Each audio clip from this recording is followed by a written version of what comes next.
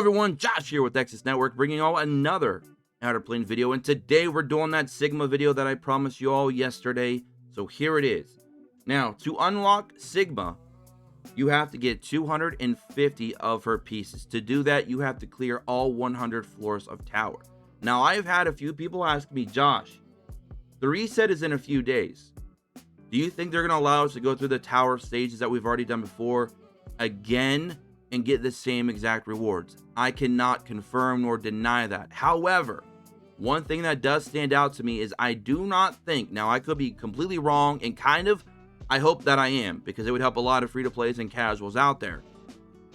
But I do not think they're going to allow us to get her shards again. I think those are one time only per whatever stage they're available on. And the reason why I say that is when we go and look at the recruit and we go into the probability rates, you'll see her name listed, and it even says as a requirement to add her to the general pool, you have to clear all 100 stages of the tower. You also need 250 of her shards to craft her. You get exactly 250 when you clear all 100 floors.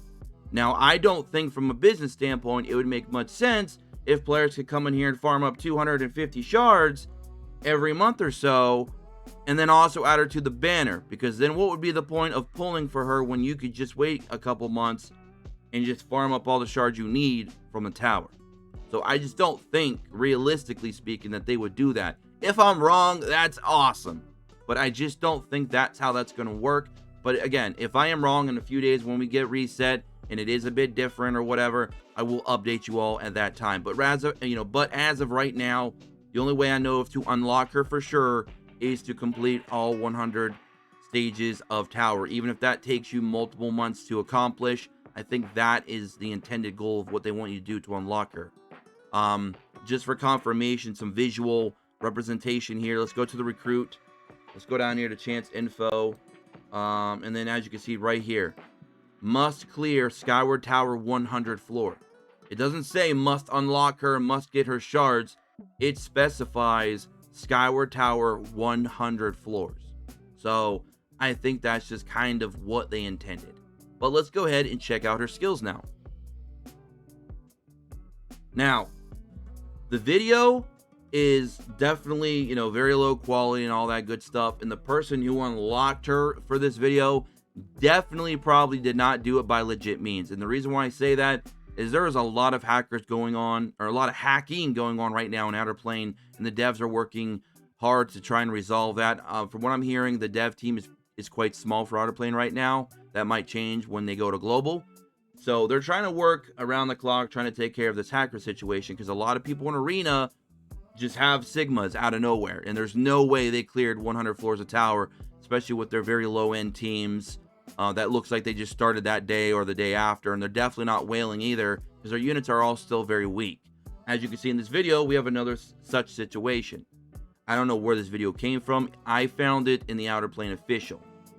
I know there are a few legit players out there who are actually whaling on the SEA version because they're able to, and they have actually legitimately cleared all 100 floors of tower. So good for them. They're going to have their Sigma. Congratulations. That's awesome.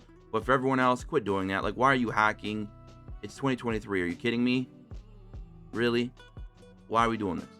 But regardless, the video is still providing useful information, so we're going to have it here. I just wanted to give you all a disclaimer, because I know some people are going to be like, yo, how'd they get that Sigma? Trust me, they didn't do it by legit means, okay? There's no way. But anyways, let's take a look at the tape. Roll the tape. All right. So the first thing that I'm seeing here, obviously, I don't think this video actually shows her at level 100, obviously. So I'm not going to be able to get, the full scope of what her stats will be at base. But the fact that her speed is 165, take away 21 of that from gear, that puts her at 144 at level 54, which means she still is not limit broken at 60 yet or 80. Which makes me think that she's going to be another one of those 150 plus speed demons like Stella, like Valentine, and like Eliza. So she's going to be a very, very fast hero. That's very cool to see. Okay, so this is her skill 1. Now, this isn't going to show all the information that I'd like to show, but it's going to show enough to at least get the point across of kind of what her kit can do. Immunity ignores all debuffs inflicted to the target, so she's going to have that in her kit. So, melee weapon, beam sword, weakness gauge reduction 2. Attacks an enemy, has a 70% chance to gain immunity for 1 turn if the target is inflicted with shock. So, obviously, she's going to probably have a shock debuff in her kit. So, that is her basic ability. Now, this is her burst skill, her skill 2. Weakness gauge reduction 2, cooldown 4 turns. Oh, I forgot to name it. Firepower support, homing laser. That's a pretty badass name. Attacks all enemies, so AoE. Has a 80% chance to inflict shock on the targets for 2 turns. At burst effect 1, increases damage, increases counterattack chance, increases damage, and penetrates 30% of target's defense. Shock reduces action point gain by 50%. That could be good in PvP. Takes damage based on the caster's attack at the start of a turn. So whatever that damage might be, it could be 10%, 15%, 20%. You know, usually what these dots usually do in most games, it's somewhere, you know, around there. But reduces action point gain by 50%. I mean, that could be good in PvP, honestly. We'll have to see. We'll have to see. But as of right now, PvP is just so fast. I'm not really too concerned with action points. You know what I mean? So, I don't know. We'll see. Let's keep going.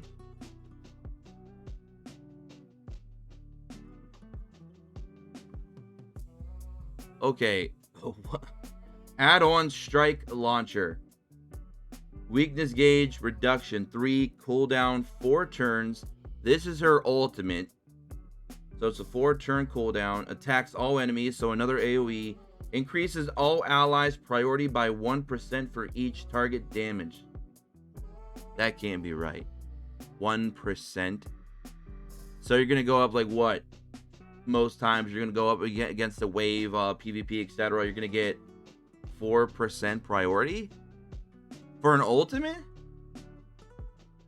That has to be a typo. It's got to be 10%, right? There's a 0 missing. Priority by 1% for an ultimate. No. There's got to be some kind of April Fool's joke. But we're at the end of April. Dang. That's got to be higher than that, right? Well, you know what? Low key, that is only skill level 2. It might go up higher when you upgrade it, maybe to 2%, because then it'd be 8%. Maybe it can go all the way up to 10% total if you have 4 targets. I don't know. 1% just seems entirely low, and obviously 10% would be a little bit broken because that'd be, upwards of 40%, which is massive. But there's a lot of AoE units out. There's a few AoE units out there already, like Valentine and Snow, that are dropping priority by quite a bit already, just by default on their AoEs, on their ultimate. So 1% seems very, very low. I hope that's a typo and that's a different number, like 5% maybe. Maybe it is 10%. That'd be crazy. But I mean, she is a very hard to get character, so she needs to be somewhat powerful. I don't know, but that 1% does not sit right with me at all. Let me know what y'all think in the comment section below. That is terrible. Absolutely terrible. Okay. Her chain passive, skill chain weakness gauge reduction 4, dual attack weakness gauge reduction 1. Chain finish effect, so she's a finisher. After attacking, grants find weakness to all allies for 2 turns. Find weakness increases damage dealt to targets inflicted with break. So that's only going to be effective if you know for a fact that chain is going to break the character. That you're going to completely clear out that weakness gauge, or at least the following turn, because it lasts for 2 turns. So you want to, make as much use of it as possible. Ignores all debuffs inflicted to target because she gains immunity for 1 turn if the target is shocked on her dual attack. So that's pretty much her entire kit for the most part. We don't know what her exclusive equipment does, and we don't know what her total base stats are at level 100. But, yeah, let me know what you all think in the comment section below. I think now it's just going to go into like a random battle, but we don't need to see that. So, what do you all think about her, kid? Let me know in the comment section below. That's all I have for you for this today. So yeah, I don't know. That 1% just does not sit right. Honestly, her kit does not look all that powerful if her priority is only 1%. If that is a typo, then her kit will be much, much stronger, especially in arena. But if that's seriously just 1%, even if you get some skill upgrades, I don't see it going up all that much. I'm a little bit underwhelmed by her for being a unit that you have to clear 100 floors of tower to unlock. I don't know. Maybe it's just me. But again, let me know in the comment section below. Don't forget to subscribe, tick notifications, drop a like, join us in the Discord in the description below. Follow us on Twitter at Exis Network. Lots of Star Rail content coming very soon, as well as more Outerplane and maybe some other games down the road. So I'll see you then. Until then, peace.